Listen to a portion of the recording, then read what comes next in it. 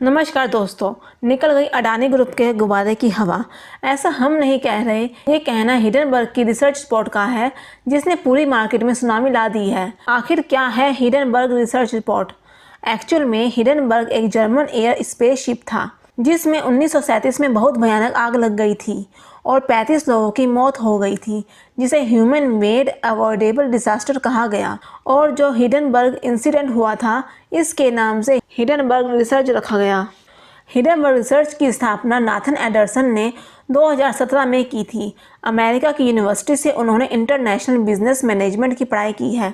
इसके बाद Nathan Anderson ने फैक्टसेट कंपनी में जॉब किया, फिर वॉशिंगटन डीसी और न्यूयॉर्क की ब्रोकर डीलर्स फर्मों में काम किया। हिडनबर्ग को लॉन्च करने से पहले नाथन हैरी मार्कोपोलोस के साथ काम करते थे। हैरी मार्कोपोलोस का कहना है कि एंडरसन कुछ भी रिसर्च करने के लिए फेमस रहे हैं। इनकी कंपनी में 9 एम्प्लॉइज हैं। अपनी एक रिसर्च रिपोर्ट से एक बड़ी कंपनी के शेयर गिरा देने का दावा करने वाली America investment company Hindenburg research आज एक बार फिर चर्चा में है। यह कंपनी फॉरेंसिक फाइनेंशियल रिसर्च में स्पेशलिस्टी रखती है। कंपनी का दावा है कि उसके पास इन्वेस्टमेंट को लेकर सालों का एक्सपीरियंस है। वैसे तो फाइनेंशियल रिसर्च वाली हर कंपनी ऐसा दावा करती है।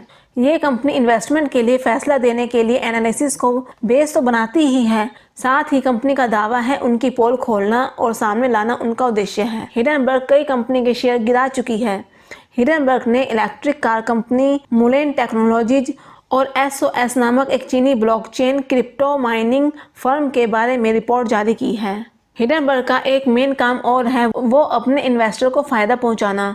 हिडनबर्ग शेयर मार्केट में शॉर्ट सेलिंग का काम करती है, जिससे हिडनबर्ग के इन्वेस्टर का फायदा होता है और कहीं ना कहीं उनका भी मोटा मुनाफा होता है। 6 सालों में जितनी हिडनबर्ग रिसर्च ने इन्वेस्टिगेशन की है, काफ़ी हद तक सही निकली है।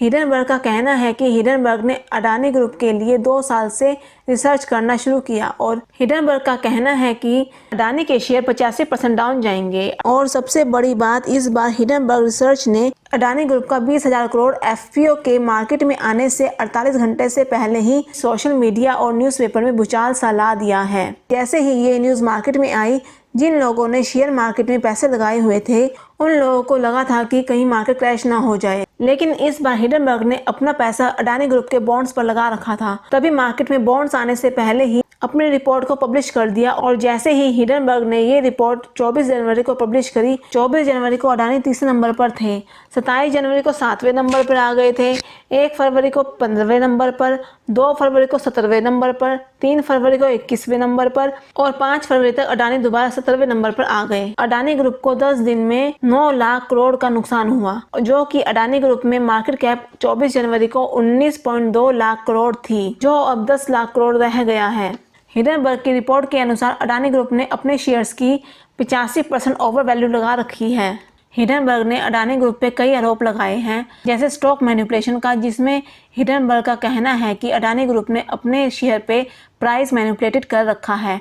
मतलब जितने प्राइस होना चाहिए था मार्केट में उससे ज़्यादा शो हो रहा था। हिडनबर्ग का कहना है अडानी ग्रुप ने आर्टिफिशियल डिमांड क्रिएट करके प्राइस अप किया है। हिडनबर्ग ने यह भी बताया इनका करंट रेशियो बहुत ज़्यादा वीक है।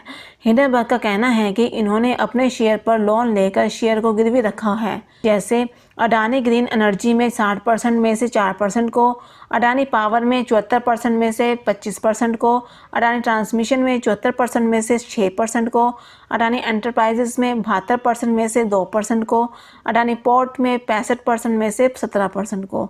हिडनबर्ग ने एक आरोप ये भी लगाया है कि अडानी ग्रुप ने अपनी वैल्यू से ज़्यादा लोन ले रखा है। अडानी एंटरप्राइज में सबसे खास बात एक और निकली है कि जो इतनी बड़ी कंपनी है उसके ऑडिटर की एक छोटी सी फर्म है, जिसमें केवल 4 पार्टनर्स हैं और 11 एम्प्लॉयज़ हैं।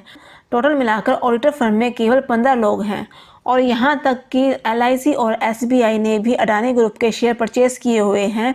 इतनी खबर आने के बाद भी 31 जनवरी 2023 की आबू धाबी की इंटरनेशनल कंपनी की इन्वेस्टमेंट अडानी ग्रुप ने 3200 करोड़ का किया। और जब मार्केट में एसबीआई और एलआईसी गवर्नमेंट सेक्टर का नाम आने लगा, तो तुरंत ही एसबीआई और एलआईसी दोनों ने 4 फरवरी को अपना प्रॉफिट रिपोर्ट पब्लिश की, जिसमें बताया गया कि एसबीआई को पिछली तिमाही में ही 14,205 करोड़ का प्रॉफिट हुआ है और एलआईसी ने भी बताया कि उसका शेयर अडानी ग्रुप में 1% भी नहीं है और जो भी था उसमें उन्हें प्रॉफिट ही हुआ है। और सबसे बड़ी बात यह है, सेबी ने एक रूल बना रखा है, शेयर मार्केट की लिस्टेड कंपनी में 75% से ऊपर के शेयर प्रमोटर के पास नहीं हो सकते, 25% मार्केट में होने ही चाहिए। सेबी ने इस मामले में बयान जारी किया है। सेबी ने कहा है कि वह शेयर मार्केट की अखंडता और सभी आवश्यक निगरानी सुनिश्चित करने के लिए कमिटेड है। किसी शेयर में अत्यधिक उतार चढ़ाव को रोकने के लिए सभी जरूरी कदम उठाए जा रहे हैं। फाइनेंशियल मिनिस्टर निर्मला सीतारमण ने कहा है कि अडानी ग्रुप के 20,000 करोड़ रुपए का एफपीओ वापस लेने से देश की मैक्रो इकोनॉमिक फंडामेंटल्स और इकोनॉमी की इमेज प्रभावित नहीं हुई है। फाइनेंशियल मिनिस्टर ने बजट के बाद यहां प्रेस कॉन्फ्रेंस में कहा है कि पिछले 2 दिनों में ही 8 अरब अमेरिकी डॉलर की विदेशी मुद्रा आई है। उन्होंने कहा कि अडानी मामले में रेगुलेटर्स अपना काम करेंगे। इन सब में सबसे बड़ी राहत की बात सामने आई है कि 75% शेयर तो अडानी ग्रुप के पास है, केवल 25% शेयर ही मार्केट में हैं, जिस वजह से अडानी ग्रुप का साम्राज्य तो हिला दिया पर गिरा नहीं पाए। अगर ये 75% शेयर भी अडानी के पास ना होते तो शेयर मार्केट पूरी तरह से कोलैप्स हो जाती। ये सारा मुद्दा हिंडनबर्ग ने अपने फायदे के लिए किया है, अपनी शॉर्ट सेलिंग के लिए, और अडानी ग्रुप ने भी हिंडनबर्ग के खिलाफ केस करने को कहा है। आज के लिए इस वीडियो में इतना ही। जैसे जैसे अडानी ग्रुप से रिलेटेड अपडेट्स मिलेंगी हम आपको शेयर करेंगे। आपको क्या लगता है, अडानी ग्रुप फिर से मार्केट में अपनी पोजीशन बना पाएगा? हमें कमेंट करके ज़रूर बताएं। अगर आपको ये वीडियो पसंद आई हो तो इस वीडियो को लाइक करें, शेयर करें, सब्सक्राइब करें। धन्यवाद।